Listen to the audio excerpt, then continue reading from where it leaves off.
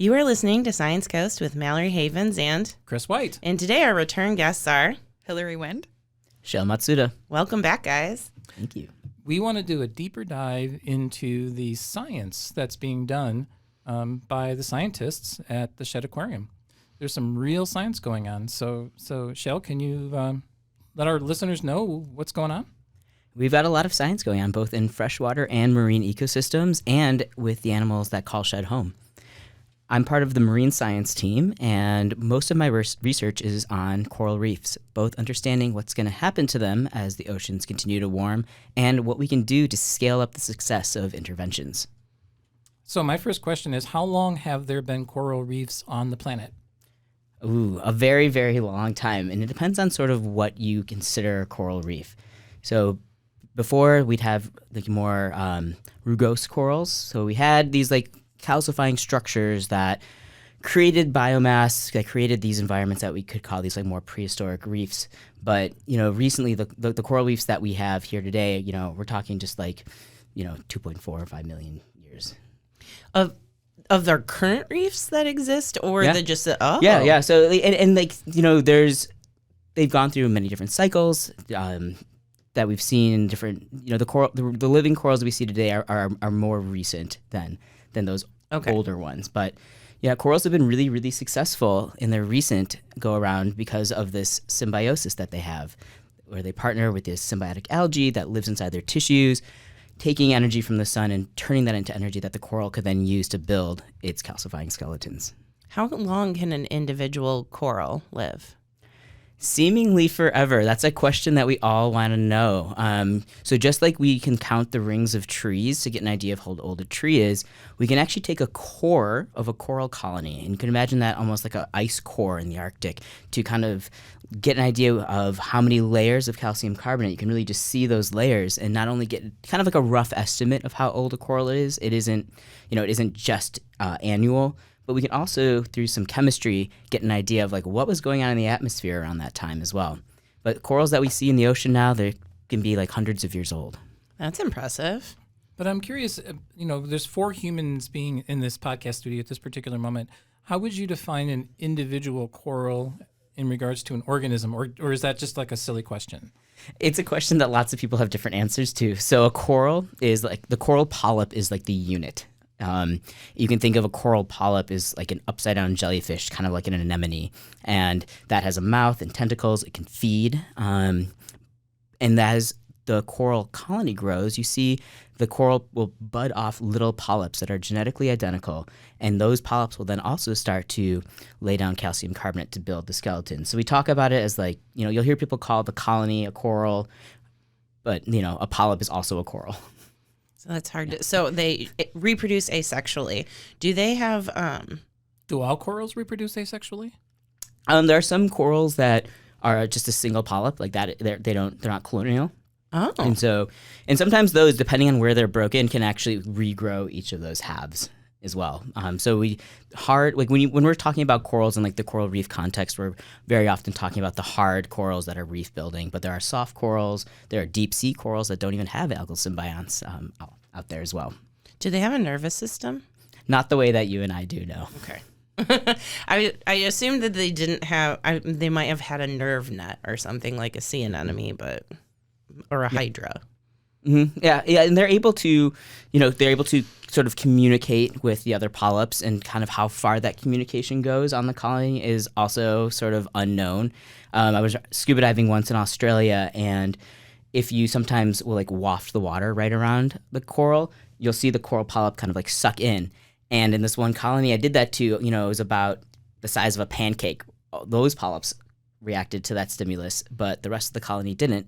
However, my favorite coral in the Caribbean, Dendrogyra cylindrica, is if you touch one polyp, any polyp that is attached to it through tissue will suck in. And so there's like different, I should say, like levels sort of connectivity and communication in different species that we're seeing.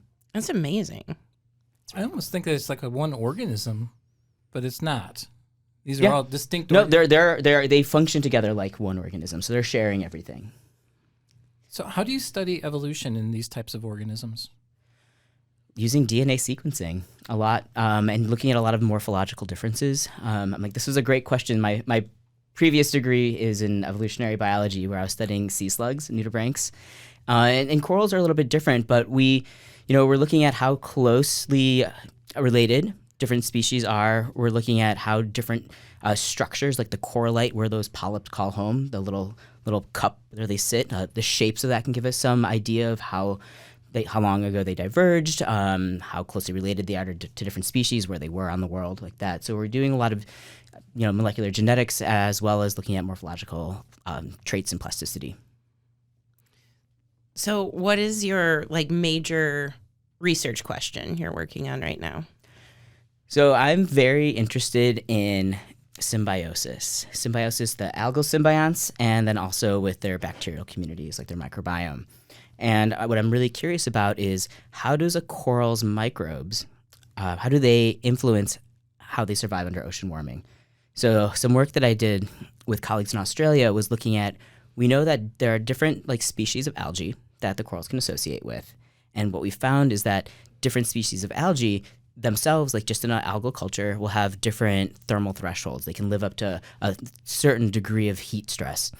And when we look at corals on the reef, we've also seen evidence that shows that corals that have certain types of algae can also withstand higher temperatures.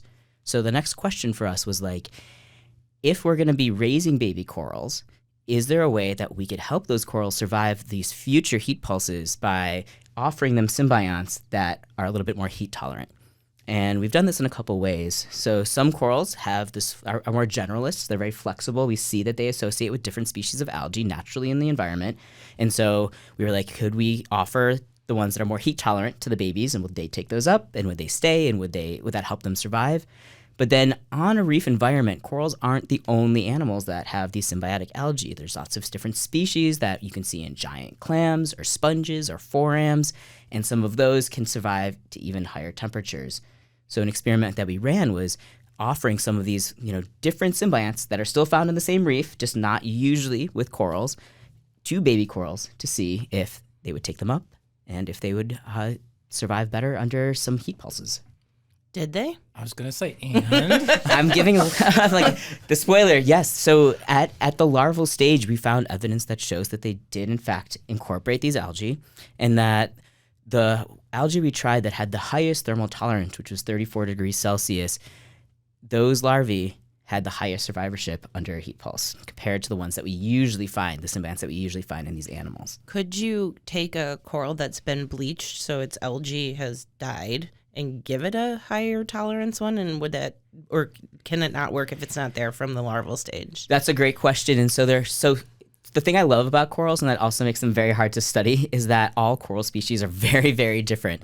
And so for some, we've seen evidence in the field that during a bleaching event, there are more opportunistic species of algae that sometimes can find their way in, and those tend to be the more thermally tolerant ones. There's also been evidence that after that heat pulse goes away, that the coral will sort of reshuffle and go back to the original one, because some of the ones that are not as heat tolerant have other benefits, like faster growth, for example, that could really help out a coral. I've tried some experiments during my PhD looking at the adult stage, and what we found is that the corals really, the coral algal symbiosis is very, very tight knit. If it's not broken, don't change it. And we found that even when you look at a coral in the field that to our eyes looks stark white, if you put it under a microscope, there are still thousands of algal cells in there. They just tend to go deep in the tissues or into those porous skeletons. And then when that stressor goes away, those are the actual populations that are replenishing it. So when we've tried some experiments to see if these corals would be interested in other algae, they have not taken them up. Yeah, that makes sense, because there's been research with human microbiomes. If you try to, or cows, I know, particularly if they try to switch their microbiomes, they always over time go back to the original populations.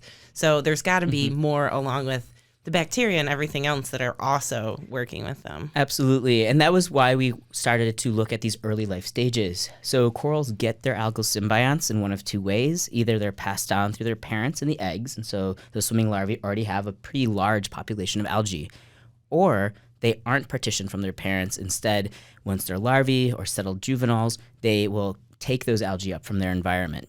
And since we knew that there was this window of opportunity at this early life stage for them to take those algae in, we thought maybe we can try to offer them these different algae at this time. I have a physics question. I don't know if I have a physics answer. No, you talked about thermal pulse earlier. And so I understand weather from above the ground in the atmosphere. And I want to know a little bit more about how under the water weather works. Yes. So maybe Water weather. Water That's weather. fun. water weather, yeah. Yeah, so the main threat to coral reefs right now is ocean warming. And what we're usually looking at there is how hot and for how long. And so those two things together really dictate what happens on a coral reef. And depending on where the reef is, it's either getting a lot of water turnover or the water is just sort of sitting there for a while. And so things that relate to how hot it is there is like its time of year. It's, if it's an El Nino year, if it's a La Nina year, like how is the water moving around? What are the weather patterns? Are we getting literally, is there wind and wave action to sort of push that hot water out? We have in Kaneohe Bay in Hawaii, there's 2 reefs that I work on that are less than a kilometer apart. And at one reef, the water changes over every 24 hours. And on the other one, it takes about a month. And so that even though these locations are so close to each other physically, we're seeing that these microhabitats on the reef are really, impacting how these animals are able to do. So you're saying that's associated with wind patterns and potentially ocean current patterns. Yep. Of just water movement.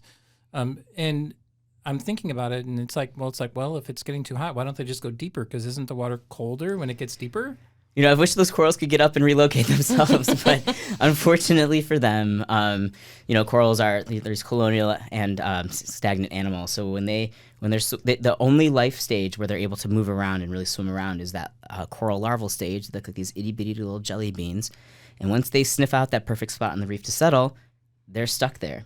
And so we do have corals that are deeper in the ocean, and those populations are populations that we very often are looking to and hopeful for that will sort of seed the shallower areas that have been decimated by these bleaching events. Like, could those corals release their gametes, and then those baby corals will sort of sniff around and move back into those shallows.